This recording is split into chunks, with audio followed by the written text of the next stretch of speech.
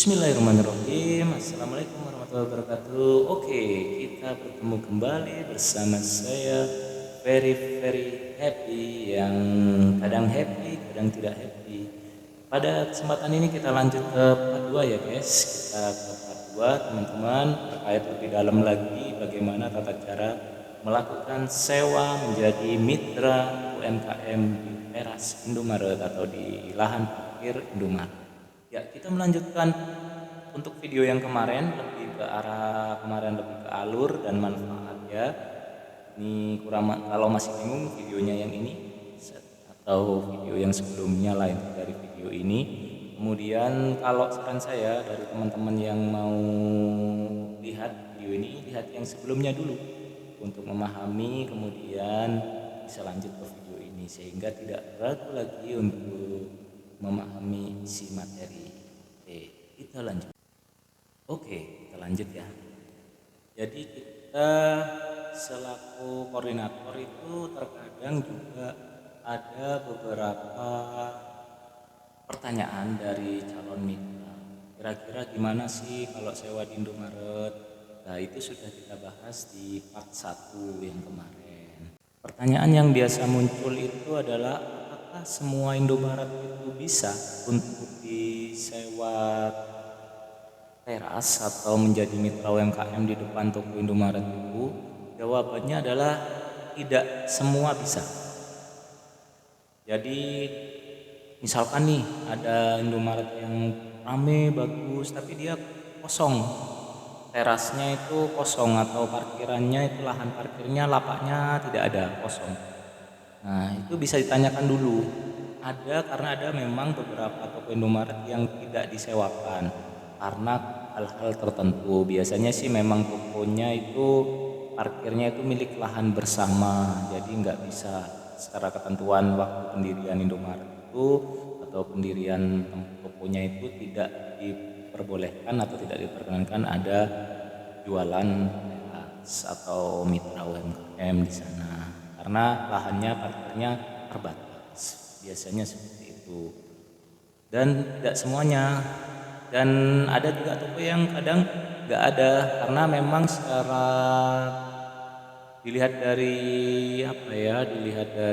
geometris, dilihat dari letak tokonya itu memang tidak memungkinkan. Ada kan toko yang seperti traffic. Nah, di traffic itu toko yang Indomaret berdiri kanan kirinya itu bukan. Jadi kalau malam sepi kayak ruang uji nyali ya, itu nggak ada di sana. Jadi benar-benar Indomaret itu ngasih tempat yang sekiranya masih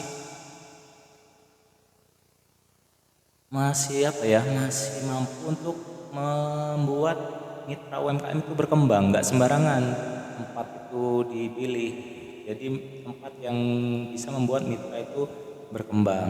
Jadi nggak semua tempat Indomaret itu bisa. Jadi bisa koordinasi. Banyak sih yang tanya Indomaret sana itu kosong, saya pengen di sana. Oh maaf Bu, di sana nggak bisa dikarenakan memang di sana nggak ada space. Tapi di sana luas nggak bisa. Nah itu ada ketentuan khusus biasanya yang diberikan oleh pihak Indomaret sendiri. Tapi juga lebih banyak yang bisa, bahkan kurang lebih 85 banding 15%, bahkan 90 banding 10%. 90% itu bisa disewa dan yang 10% itu nggak bisa disewa dikarenakan hal tertentu. Itu pertanyaan pertama. Untuk pertanyaan kedua itu biasanya usaha apa sih yang diperbolehkan untuk dilakukan di Indomaret? Sebenarnya hampir segala usaha bisa ya, cuman juga melihat dari kondisi dari masing-masing Indomaret. Contoh, Indomaret itu ada teman-teman mau usaha kopi, ada minuman kopi kan sekarang lagi tren.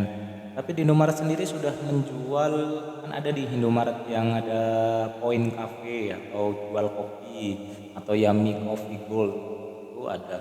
Nah itu tidak bisa dikenakan ada produk yang sama di sana. Jadi antara mitra dan Indomaret sendiri nanti malah terjadi hal yang tidak sehat, kurang lebih seperti itu. Dan untuk usaha itu sebenarnya bisa, rata-rata bisa, cuman melihat dari kondisi toko. Dan Indomaret itu bagusnya bahwa usaha antara Indomaret satu, misalkan satu Indomaret nih, antara mitra UMKM satu dengan mitra UMKM yang lain itu usahanya tidak boleh sama persis. Contoh nih di Indomaret A sudah ada pentol cilok gitu. Nah itu nggak boleh. Ada orang yang mau masuk lagi dia jualan pentol cilok juga, nggak boleh. Itu nanti bisa colok-colokan itu. Bahkan bisa terjadi persaingan nggak sehat ya. Jadi nggak boleh. Kalau misalkan sudah ada pentol cilok, kemudian ada yang mau masuk lagi dia juga pentol cilok, biasanya diarahin ke toko yang berbeda. Jadi mitra juga harus menyadari kenapa kok saya di sini ditolak. Kemungkinan salah satunya adalah itu. Sebenarnya segala usaha masih bisa, cuman Indomaret benar-benar menjaga bahwa mitra ini bisa berkembang bersama. Kurang lebih seperti itu. Tapi kalau misalkan usahanya mirip, contoh di toko itu sudah ada minuman boba atau milkshake. Nah, sudah ada di sana. Terus ada yang mau masuk lagi, yaitu usaha minuman teh misalkan. Nah, itu masih bisa karena antara boba dengan teh itu kan varian rasa yang berbeda. Nah, jadi walaupun sama-sama minuman masih bisa, atau makanan, satunya usaha pentol cilok, satunya usaha kayak gorengan atau semacam, kalau di sini itu kemarin ada ubi lumer itu sama pentol itu masih bisa. Jadi benar-benar dilihat nanti lah. Jadi pasti ditanya mau usaha apa lah itu. Oke, kepo sih mau nanya-nanya usaha. Iya karena kita pengen ketika Bapak Ibu masuk tidak terjadi perang dunia ketiga antara sesama mitra. Karena banyak cerita, jangankan sama nanti, kita mirip aja biasanya kita benar-benar pikirkan atau Indomaret itu pikirkan. Itu untuk pertanyaan yang kedua. Pertanyaan ketiga itu adalah kira-kira sewanya itu bisanya berapa lama ya? Kalau dari Indomaret itu per bulan bisa. Jadi sistem bulanan bisa. Jadi 1 bulan sewa itu bisa minimal 1 bulan. Itu ya. Terus berapa sih harganya? Harga sewa setiap bulannya itu berapa? Itu terus terang itu tergantung dari wilayah, tapi rate-nya nggak jauh antara mulai dari sekitar 4. Kalau di wilayah sini ya di Jawa Timur saya itu di rate-nya antara 475 ke atas. Jadi minimnya 475 atau 450 itu masih bisa melihat dari kondisi kota atau UMR, kurang lebih seperti itu. Antara 450 470 itu minimal. Dan juga melihat dari alat-alat yang dibawa. Biasanya minuman itu sedikit lebih mahal daripada makanan karena minuman alatnya jauh lebih kompleks ya, seperti kapsiler, kemudian ada blender, kemudian ada alat-alat yang lain, lampu dan sebagainya. Kemudian pertanyaannya biasanya pembayarannya itu bagaimana? Info terbaru itu kedepannya pembayarannya menggunakan bisa dibayar di semua Indomaret. Jadi nanti setiap penyewa baru itu akan, atau setiap penyewa mitra UMKM itu akan dikasih ID mitra. Nah, di mitra itu nanti bisa lakukan pembayaran langsung ke kasir Indomaret seperti membayar tagihan-tagihan yang lain. Jadi ID-nya berapa Bu? Nanti di input muncul, oh tagihannya sekian. Dan pembayarannya tanggal berapa sampai dengan tanggal berapa? Pembayarannya dari tanggal 1 setiap bulannya sampai maksimal tanggal 10, karena kedepannya atau informasi yang terbaru itu ada semacam denda ketika pembayaran melewati tanggal 10 itu otomatis keluar di paymentnya atau di pembayarannya untuk menertibkan, karena Indomaret juga ada administrasi yang harus dijalankan. Jadi nanti dijelaskan juga oleh koordinator, jadi tanggal 1 sampai tanggal 10 untuk pembayaran. Terus biasanya pertanyaan berikutnya itu keberapa ya? Ya lanjut aja lah, mengalir aja. Jadi pertanyaan berikutnya adalah berapa sih ukuran rombong atau ukuran gerobak yang dibolehkan? Ya, untuk gerobak yang diperbolehkan itu ukurannya adalah, sepaham saya nanti bisa lebih didetailkan lagi ya ke koordinator, itu 160 lebarnya 160, kemudian panjangnya ke belakang itu sekitar 60.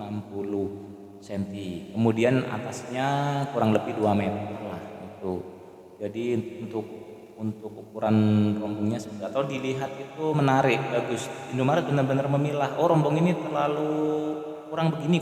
Nanti pada saat pendaftaran atau pengisian formulir itu juga menyertakan KTP dan juga menyertakan foto rombong, karena benar-benar untuk kecantikan atau keindahan dari rombong, karena mempengaruhi juga dari image, bukan image sih, atau penglihatan konsumen terhadap Indomaret dan mitra UMKM itu sendiri.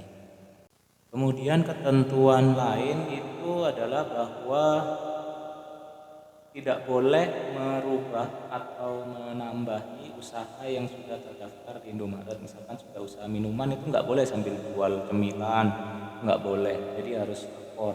Kemudian tidak diperkenankan untuk makan di tempat kecuali bagi Indomaret atau mitra UMKM yang sudah berkoordinasi dengan mitra bahwa di sana juga bisa makan di tempat. Jadi harus take away atau makan di tempat.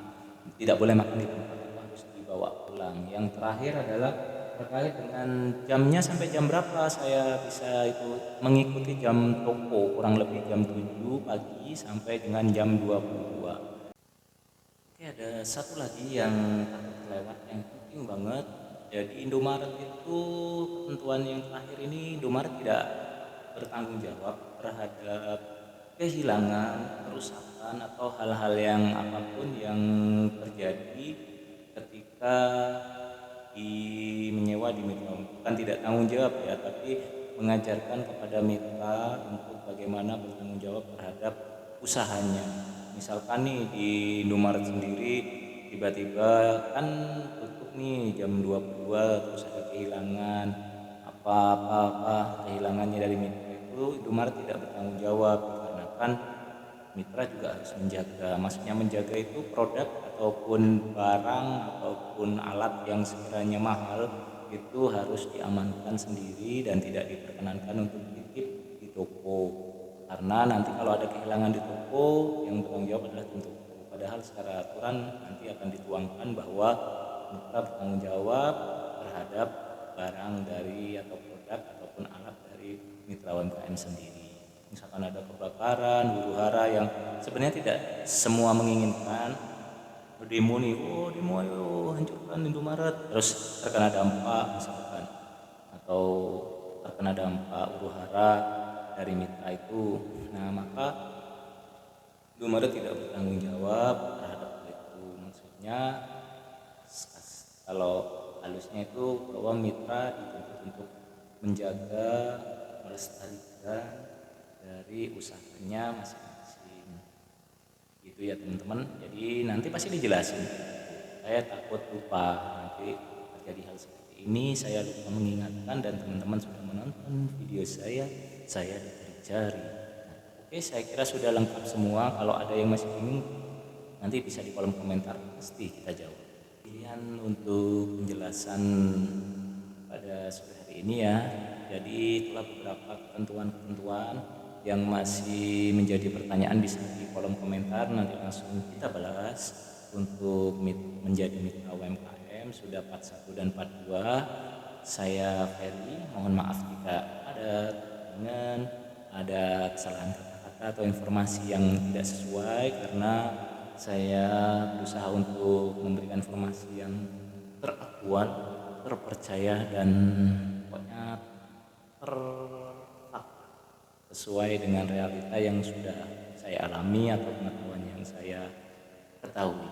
Demikian saya Ferry, sampai jumpa di konten-konten berikutnya. Terima kasih, see you next time. Semoga kawan-kawan semua diberikan kesehatan, kemudian moral dan berkah selalu.